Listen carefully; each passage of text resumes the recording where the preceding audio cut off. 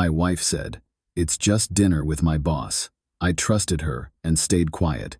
That night she came home late, smelling like lies. By morning I asked HR one question. By evening, her career, her affair, and our marriage were over. We'd been married 6 years, together for almost 10. She was the organized one, the planner, the type who color-coded calendars and reminded me of dentist appointments.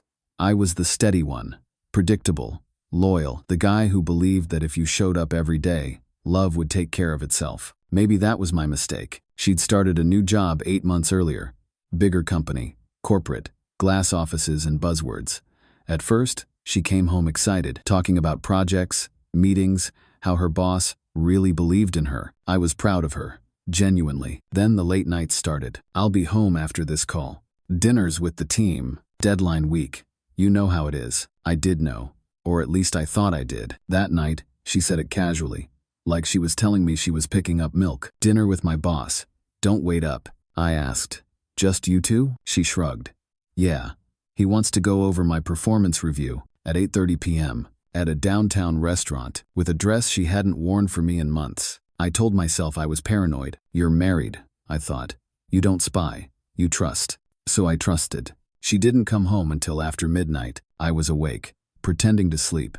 She slid into bed quietly, phone face down, the faint smell of unfamiliar cologne clinging to her hair. I didn't say a word. I stared at the ceiling until my eyes burned. The next morning, I woke up with a weight in my chest. Heavy, persistent. Like my body knew something my brain was still afraid to admit. She was already gone for work. On the kitchen counter was her laptop. She must have forgotten it in the rush. I stood there for a long time, just looking at it. "Don't do it," a voice in my head said. "Once you open it, there's no going back." I opened it. Her email was logged in. I wasn't even searching for anything specific. That's the part that still haunts me. I scrolled like someone hoping to be proven wrong. Then I saw the calendar invite. Dinner R. No company logo. No conference room. Just a first initial. I clicked it. Attached was an email thread. Short, familiar, intimate. "Last night was really nice. Yeah. We should do it again without the pretense next time. Careful." My hands started shaking. I scrolled further back. Weeks of messages. Flirting hidden behind corporate language. Compliments disguised as feedback.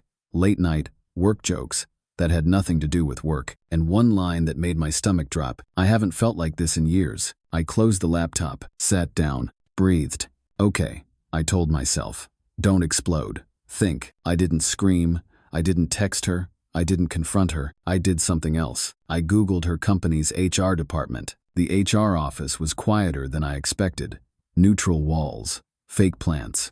The kind of place designed to feel safe while people's lives quietly unravel inside it. The woman at the front desk asked how she could help. I said, "I'd like to report a possible inappropriate relationship between a manager and a subordinate." My voice didn't crack. That scared me more than if it had. She asked for names. I gave them. She asked for evidence. I told her I had access to emails. She nodded slowly. Like this wasn't the first marriage she'd watched implode. I left my contact information, and then I sat in my car for 20 minutes, staring at the steering wheel, wondering how I became this guy, the one who goes to HR instead of his wife. That evening, she came home cheerful. Too cheerful. "How was your day?" she asked, kicking off her shoes. "Fine," I said. She talked about work, about deadlines, about how dinner meetings are exhausting. I watched her mouth move and realized something chilling. She was lying easily, comfortably, like she'd practiced. I asked, "How's your boss?" She paused, just for half a second. "He's good." "Why?" "No reason." She smiled, kissed my cheek, went to shower. I sat there, heart pounding, phone buzzing with an unknown number. HR. They wanted to meet again. Tomorrow morning. I didn't sleep that night. The next day unfolded fast. Too fast. HR confirmed the relationship violated company policy. Apparently, my wife wasn't the only one involved. He had a history. Quiet settlements. Transfers. Patterns. An investigation was launched immediately. By noon, her boss was escorted out of the building. By 3 p.m., she was called into a closed-door meeting. She came home early, pale, shaking. She dropped her bag and stared at me like I was a stranger. "Did you do this?" she asked. I stood up slowly. "I asked HR a question," I said. "They found the rest." Her face twisted. Not guilt. Fear. "You had no right," she snapped. You went behind my back. I laughed. A dry, hollow sound. You went behind my marriage. Silence filled the room. Thick, suffocating. She opened her mouth to explain. I raised my hand. Don't, I said. Just don't. That was the moment I realized something important. I wasn't angry anymore. I was done. Sometimes the worst betrayals aren't loud. They're polite. Dressed up as just dinner. Do you want me to continue with the next 1,000 words? Yes. She sat down slowly, like her legs couldn't hold her up anymore. For a second, I thought she might cry. That familiar reflex kicked in, the one where I'd reach out, where I'd try to fix it. But then she didn't. She crossed her arms instead. So what now? She asked. The way she said it flat, defensive, told me everything I needed to know. This wasn't regret. This was damage control. I don't know, I said honestly. What were you planning if I hadn't found out? Her jaw tightened. It wasn't like that. I looked at her. Really looked. Same woman I married. Same eyes. Same voice. But the sincerity I used to hear in her words was gone, replaced by something rehearsed. You went to HR before talking to me, she said. That's extreme. I felt something twist in my chest. Reading those emails was extreme, I said quietly. Smelling another man on you was extreme. Her eyes flashed. It was one mistake. I shook my head. No, it was months of choices. She stood up abruptly, started pacing. You don't understand what it's like there, she said. He had power, influence. Saying no wasn't that simple. I almost believed her. Almost. Then I remembered the emails. The winking emojis. The way she'd written, I haven't felt like this in years. No one types that under pressure. I never forced you, I said. You leaned in. She stopped pacing. Are you seriously choosing this over us? She asked. I didn't answer right away, because that question hurt more than I expected. Us. 6 years of marriage boiled down to a bargaining chip. I didn't choose this, I said. You did. Every time you stayed late. Every time you lied. Every time you came home smelling like him. She stared at me like she didn't recognize me anymore. Maybe she didn't. The fallout was messy. HR put her on administrative leave pending the investigation. Her boss was terminated. Officially, it was for policy violations. Unofficially, everyone knew why. Her phone didn't stop buzzing. Coworkers, friends, her sister. She cried that night. Real tears this time. Sobs that shook her body. She kept saying she didn't think it would blow up like this. I sat on the edge of the bed, listening. So you thought it would stay small, I thought. That betrayal would be contained. She reached for my hand. I pulled it away. That hurt her more than anything else. I don't know who you are anymore, she whispered. I wanted to say the same thing, but the truth was darker. I do, I said. And that's the problem. The next few weeks felt unreal. We lived in the same house like strangers, passing each other in hallways, speaking in clipped sentences, sleeping on opposite sides of the bed like there was an invisible wall between us. She tried to explain herself, over and over. He listened to me. He made me feel seen. I wasn't looking for it. Every explanation somehow made it worse, because I had listened. I had seen her. I had just done it quietly, reliably, without applause. One night, she asked, "Do you still love me?" I didn't answer. Not because I didn't care, but because I didn't know if love could survive disrespect. The call came on a Thursday afternoon. She'd been formally terminated. Violation of company policy. Failure to disclose. Professional misconduct. She came home numb, sat at the kitchen table for hours, staring at nothing. I ruined everything, she said finally. I wanted to argue, to say he ruined things. Or we did, but that wouldn't be honest. You gambled, I said, and lost. She looked up at me, eyes red. Are you going to leave? The room felt small, heavy. I thought about the life we built, the vacations, the inside jokes, the mornings where she'd rest her head on my chest and talk about nothing. And I thought about the emails, the lies, the ease with which she'd replaced honesty with convenience. I can't stay like this, I said. She nodded slowly, like she already knew. She moved out 2 weeks later, packed her things quietly. No dramatic goodbye, no shouting. At the door, she paused. I never meant to hurt you, she said. I believed her. That was the saddest part. I know, I replied. But you did. The door closed behind her, and for the first time in months, the house felt quiet in a way that didn't hurt. The divorce was clean. No kids, no fighting over assets, just paperwork and signatures. People asked me if I felt vindicated. I didn't. I felt older, wiser, in a way I never asked to be. Sometimes, late at night, I replay that moment in my head, her standing in the kitchen, saying, It's just dinner with my boss. Such a small sentence, such a big lie. I learned something I wish I didn't have to. Trust doesn't break all at once. It erodes, quietly. And by the time you hear the crack, it's already too late to save it. Sometimes closure isn't peace. It's distance. Do you want me to continue with the next 1,000 words? Yes. After she left, people assumed I'd be relieved. Like betrayal has an off switch. Like once the liar is gone, the damage packs itself up neatly and disappears. It doesn't. The quiet that followed wasn't peaceful at first. It was loud in its own way. Every room echoed with memories I hadn't asked for. Her coffee mug still in the sink, a sweater draped over the chair like she'd be back any minute. I slept on the couch even though I didn't have to anymore. The bed felt too honest. Friends tried to be supportive. In that awkward, well-meaning way, you did the right thing. Better you found out now. At least you didn't have kids. Every sentence started with at least, as if betrayal has a silver lining you're supposed to be grateful for. I nodded, thanked them, changed the subject, because what I wanted to say was this. I didn't want to be right. I wanted to be married. A month after the separation, she texted me. Just one message. I miss you. I stared at my phone for a long time. I could feel the old reflex kicking in. The urge to comfort, to soften the edges, to say something kind just to make the discomfort stop. This is how it starts again, I thought. I typed back slowly. I miss who I thought you were. 3 dots appeared, then disappeared. She never replied. Work became my refuge, not because I loved my job more, but because it asked nothing personal of me. Numbers didn't lie. Deadlines didn't flirt.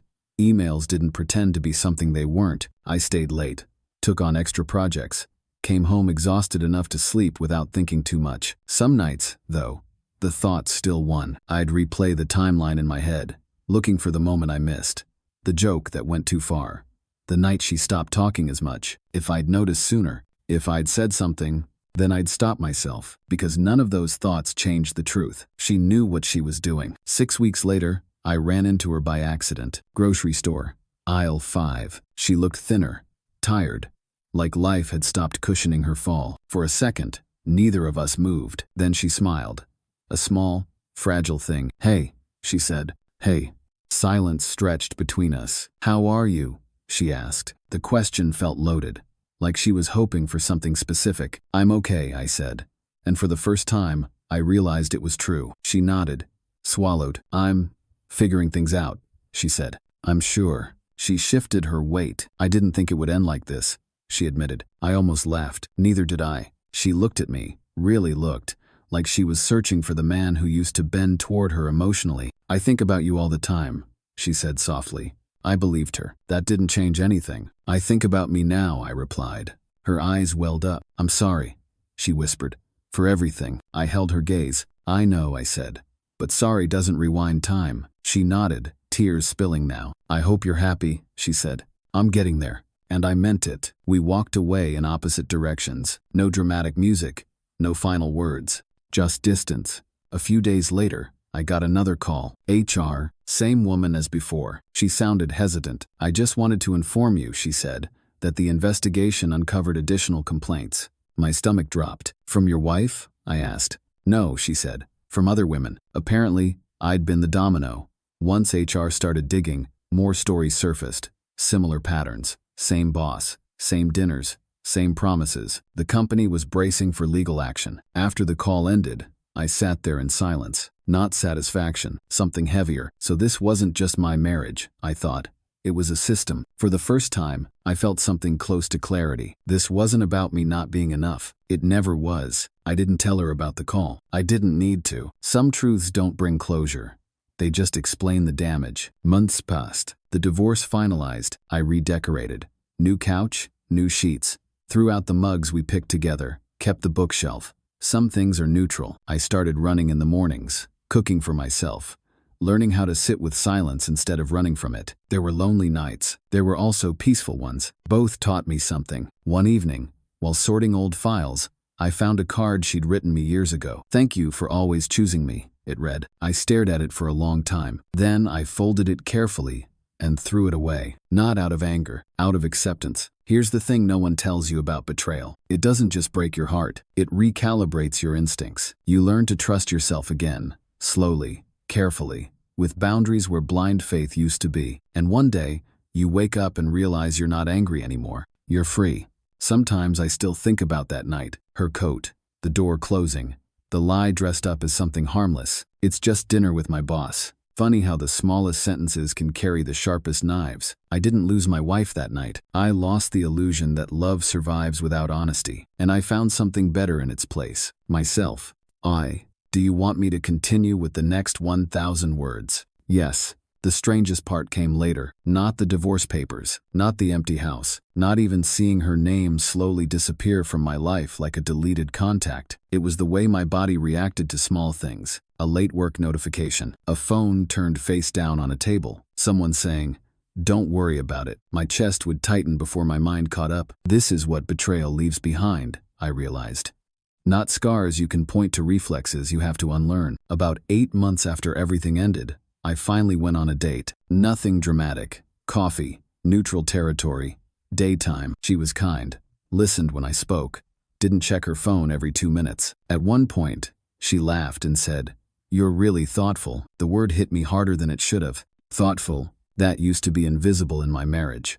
Background noise, something expected, not valued. I smiled, but inside, something cracked open. So this is what normal feels like, I thought. Not fireworks, not anxiety, just ease. Later that night, I sat in my car for a long time before driving home. I wasn't sad. I wasn't nostalgic. I was grateful. Grateful that I hadn't begged. Grateful that I hadn't tried to compete with a man who only existed in stolen moments and empty promises. Grateful that I'd chosen dignity when it would have been easier to choose denial. A mutual friend told me how she was doing. I didn't ask. Apparently, she'd bounced between jobs. Short stints, awkward exits, people talk. Her boss, the one who believed in her, had vanished from the industry entirely. Funny how power evaporates when the lights turn on. "She still talks about you," the friend said carefully. I nodded. I didn't feel flattered. I felt finished. One night, while cleaning out an old drawer, I found my wedding ring. I'd forgotten where I put it. I held it between my fingers, feeling its familiar weight. So many promises packed into something so small. I thought about the vows, the certainty in her voice, the way I meant every word. Then I did something I didn't expect. I didn't get angry. I didn't cry. I put the ring back in the drawer and closed it. Some things don't need to be destroyed to lose their power. Here's what I've learned, if it's worth anything. Love doesn't die when someone cheats. It dies when someone decides the truth is optional. When honesty becomes inconvenient. When respect is replaced with secrecy and excuses, dressed up as professionalism. Sometimes people ask me if I regret going to HR, if I wish I'd handled it privately. I don't, because silence would have cost me more. My self-respect, my sanity, my ability to look at myself without wondering what else I'd ignored. I didn't blow up my marriage. I stopped pretending it wasn't already on fire. The last time I saw her was purely accidental. Parking lot.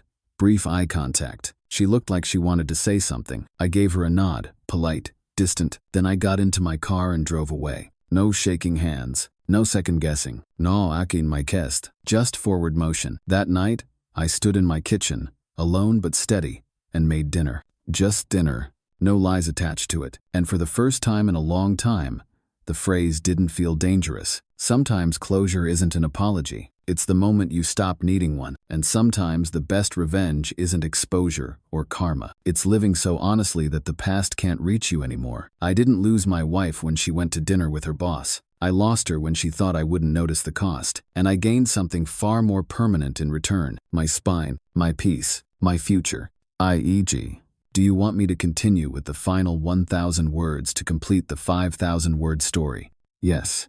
The funny thing about healing is that you don't notice it happening. There's no dramatic morning where you wake up fixed. No soundtrack. No announcement. It sneaks up on you in small moments. Like the first time you laugh without forcing it. Or the first night you sleep all the way through without waking up at 3 a.m., replaying old conversations. Or the first time you hear her name and feel nothing. That's when you know you're getting close. A year passed, then another. Life kept moving in quiet, unremarkable ways. And for the first time, that felt like a gift instead of a loss. I started saying no more often, started trusting my gut instead of arguing with it, started walking away from things that felt wrong without needing proof to justify myself. Betrayal teaches you that clarity is expensive but worth the price. One afternoon, I ran into her sister. She looked nervous, like she wasn't sure if she was allowed to talk to me anymore. We exchanged pleasantries. Weather, work, safe topics. Then she hesitated. "She's not doing great," she said softly. I waited. "She says losing you was the biggest mistake of her life." There it was. The sentence people think you're waiting for. The confession. The validation. The moment that's supposed to make everything feel balanced again. It didn't. "I hope she finds peace," I said. And I meant it, because her regret wasn't my responsibility anymore. On my drive home, I thought about how strange closure really is. You think it's going to feel like justice, like a scale finally evening out, but most of the time, it just feels like understanding without attachment. And that's better. I dated again, slowly, carefully, not to fill a void but to explore a life that wasn't built around proving my worth. There was one woman in particular who stood out. She asked questions and waited for real answers. She noticed when I went quiet and didn't push. She didn't treat transparency like a threat. One night, she said, "I like how safe you feel." Safe. The word landed gently this time, not as an accusation, as a compliment. I told her my story eventually, not all at once, not dramatically, just the truth, spread out over time. She didn't interrupt, didn't minimize it, didn't ask what I could have done differently. When I finished, she said, "Thank you for trusting me with that." That was it. No judgment, no advice, no comparisons. I realized then how starved I'd been for emotional accountability, and how little it takes to change everything. I don't know what became of my ex after that. I stopped checking, stopped asking, stopped caring in the way that drains you instead of feeds you. Whatever she's dealing with now belongs to her. I already carried enough for both of us once. Every now and then, someone brings up the story. "You're the guy whose wife got fired, right?" I correct them gently. "No," I say. "I'm the guy who stopped lying to himself." Because that's the real turning point. Not HR, not the emails, not even the confrontation. It was the moment I chose reality over comfort. Here's the truth I wish someone had told me earlier. If someone can betray you while looking you in the eye, they've already left the relationship. They just haven't told you yet. And staying after that isn't loyalty. It's self-abandonment. Sometimes, late at night, I think back to that sentence. "It's just dinner with my boss." How ordinary it sounded, how casually it was delivered, how easily it could have been ignored. And I'm grateful I listened to the part of me that whispered, "Something's wrong." Because intuition doesn't scream. It waits. I don't hate her. I don't love her. She's just a chapter now, and I finally understand that not every story ends with forgiveness or reconciliation. Some end with acceptance. Some end with growth. Some end with you choosing yourself without apology. If you're reading this and something in your life feels off, if someone keeps asking you to doubt your instincts, if honesty is starting to feel like an inconvenience, pay attention. Love should never require you to shrink your awareness to survive it. I didn't lose my marriage because I went to HR. I lost it because trust was already gone. All I did was stop pretending otherwise. And in doing so, I gained something far more valuable than a relationship built on silence. I gained clarity. And once you have that, you don't trade it for anything, not even love.